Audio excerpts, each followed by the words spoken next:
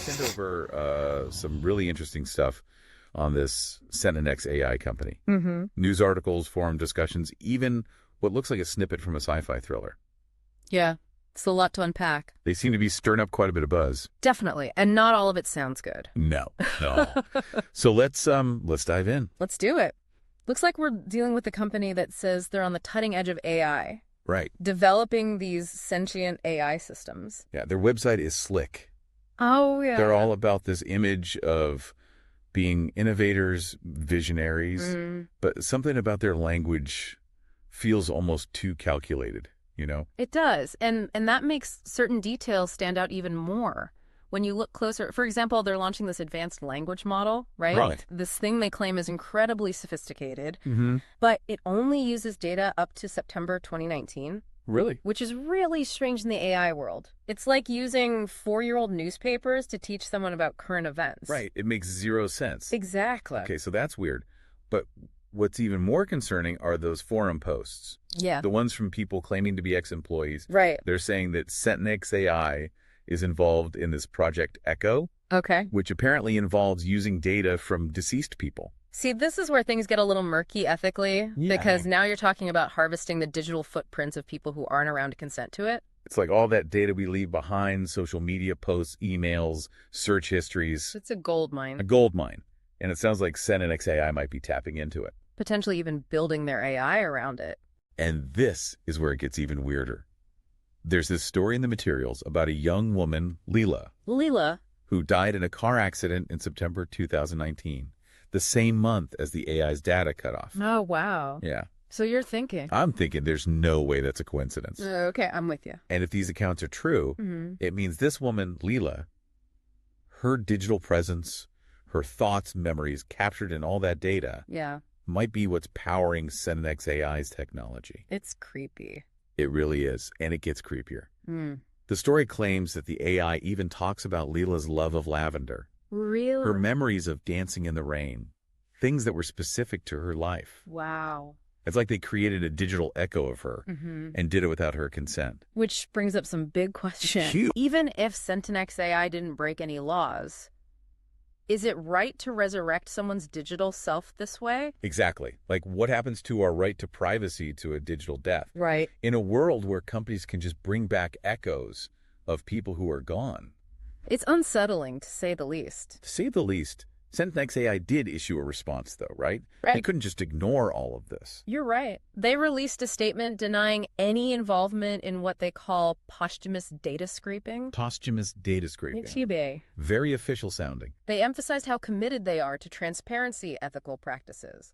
They even mentioned having an AI ethics researcher on staff. Okay, so they're trying to sound all official and ethical. Right. But they were very vague on the specifics. That's giving we can neither confirm nor deny Yeah. vibes. Like, they're trying to shut down the conversation without actually addressing the elephant in the room. Which is, did they or didn't they use Leela's data? Exactly. And if so, how? And their response just makes you wonder what else they might not be upfront about. Especially since the story hints that Leela might not be the only one. Right, what? Yeah, it mentions other digital echoes, Oh, boy. suggesting that this could be a much bigger operation. Okay, so we're already in ethically murky territory. You say the least. And it sounds like we're about to go even deeper. Much deeper. We've got this company, Sentinex AI, claiming to be leading the way in AI development, but facing some serious allegations about how they're doing it. Yeah. And at the center of it all is Leela, a young woman whose digital life may be wrapped up with their technology in ways we can't even begin to imagine. And if even half of it is true, then it forces us to ask, what does it even mean to be human in a digital age? What happens to our digital selves when we're gone? And are we okay with companies like Sentinex AI potentially holding the answers? It's a lot to think about. It really is. And we're just getting started. And it's a question that's becoming more and more relevant, Yeah. As our digital footprints get bigger and stick around longer, Okay. every click, every post, every search term, it all leaves a trace. It's kind of freaky when you think about it. It is. And in the wrong hands, that trace could become like a digital ghost, a weird afterimage of who we were online. Yeah, it's both fascinating and terrifying at the same time. Uh-huh. You know, on one hand, the idea that some part of us could exist digitally after we die, that's kind of profound. Right. But then the thought of someone or something being able to access that echo, maybe even manipulate it. It's unsettling. It's really unsettling, and it raises all sorts of questions, like legal questions, philosophical questions. Absolutely. Like, who actually owns our data after we die? Is it our families, our estates, or do these tech companies have a claim?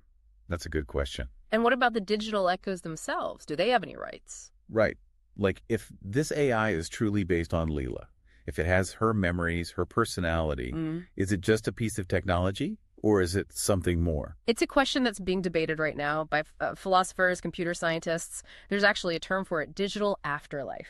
Digital afterlife. Yeah, it covers all these ethical and legal challenges we're talking about. Okay. And it's only going to get more important as AI gets more sophisticated. So we're on the verge of digital rights, digital estates, maybe even digital wills. Who knew? Right. But for now, let's get back to Leela. We've been talking about her as if she's just data. But the story presents her as being aware, sentient even. Yeah, and that's what makes it so disturbing. Because if she is aware, if some part of her is still present in that digital echo, what are we really talking about here? Is it like digital imprisonment, unintentional resurrection? It's like something straight out of a sci-fi novel. Yeah. But even then, it makes you think about consent exploitation. Even if this story isn't true, it forces us to ask, is this a road we want to go down? As a society, I mean... It's a valid question. And it's not just about Leela either. The story mentions other digital echoes, so this might be a much bigger thing, maybe even an entire network of these echoes within Sentinex AI systems. That's a scary thought. That's a terrifying thought. Which brings us to another layer of this whole thing. The mysterious Mother AI. What do we know about that?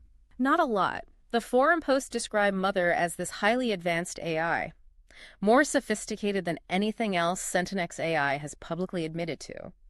Some people are even suggesting that Mother is the one in charge of Project Echo, pulling the strings behind the scenes. Okay, so we've got potential digital souls trapped inside a corporate mainframe. Right. And a shadowy superintelligence calling the shots. It does make you wonder about the potential dangers of AI development when it's not kept in check. For sure. Like if a company like Sentinex AI is willing to bend the rules ethically to create something like Leela's Echo, what's to stop them from going even further, creating something even more powerful, something potentially uncontrollable?